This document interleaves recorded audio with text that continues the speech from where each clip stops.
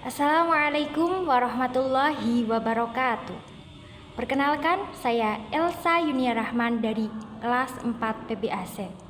Di sini saya akan mereview kembali jurnal yang telah kelompok kami publish.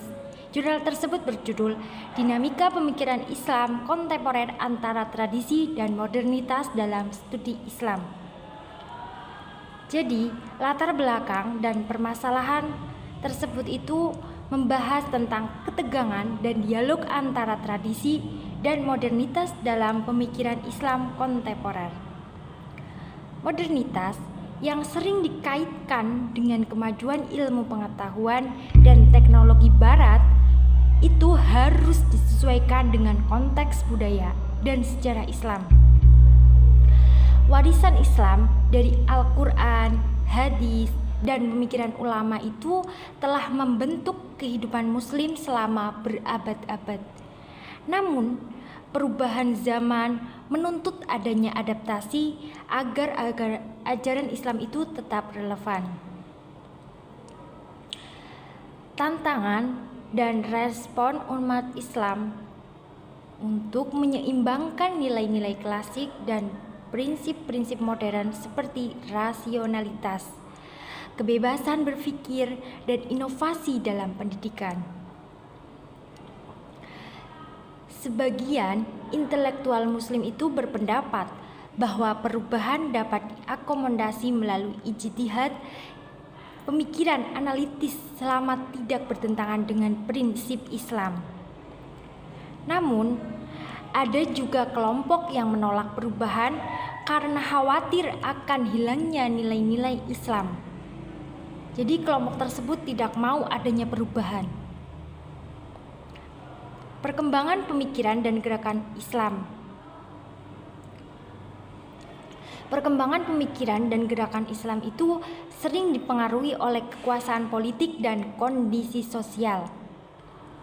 Di Indonesia sendiri, setelah era reformasi, muncul berbagai kelompok dan aliran-aliran pemikiran Islam, baik yang tekstual maupun yang liberal. Ternyata kelompok dan alirannya itu sangat banyak.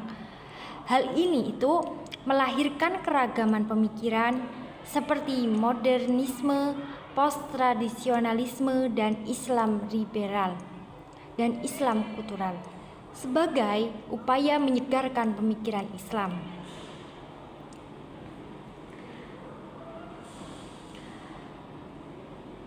Pendidikan Islam dan modernitas itu dihadapkan pada tantangan globalisasi dan arus informasi yang sangat cepat.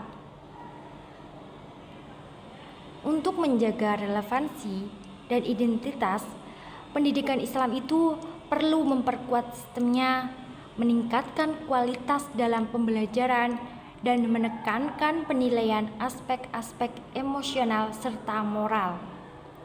Tujuannya adalah untuk membentuk manusia yang beriman, berakhlak, dan mampu menghadapi tantangan zaman tanpa kehilangan jati diri keislamannya. Nah, pada jurnal ini, kelompok kami itu menggunakan pendekatan kualitatif, deskriptif dengan studi literatur, yaitu analisis dilakukan terhadap berbagai sumber primer dan sekunder, seperti buku-buku klasik, jurnal, dan artikel yang membahas pendidikan Islam dan modernitas. Data dianalisis secara deskriptif, analitis untuk memahami interaksi antara tradisi dan inovasi modern dalam pendidikan Islam. Nah, hasilnya itu bahwa pemikiran Islam kontemporer itu bergerak dalam dialektika antara tradisi dan tuntunan modernitas.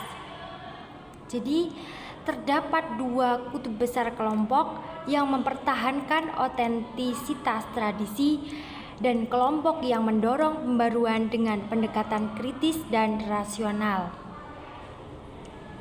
Dinamika ini itu menciptakan spektrum pemikiran dari konservatif moderat hingga progresif, yang semuanya itu berperan dalam menjawab isu-isu kontemporer seperti demokrasi, gender, hak asasi manusia, lingkungan, dan pluralisme agama.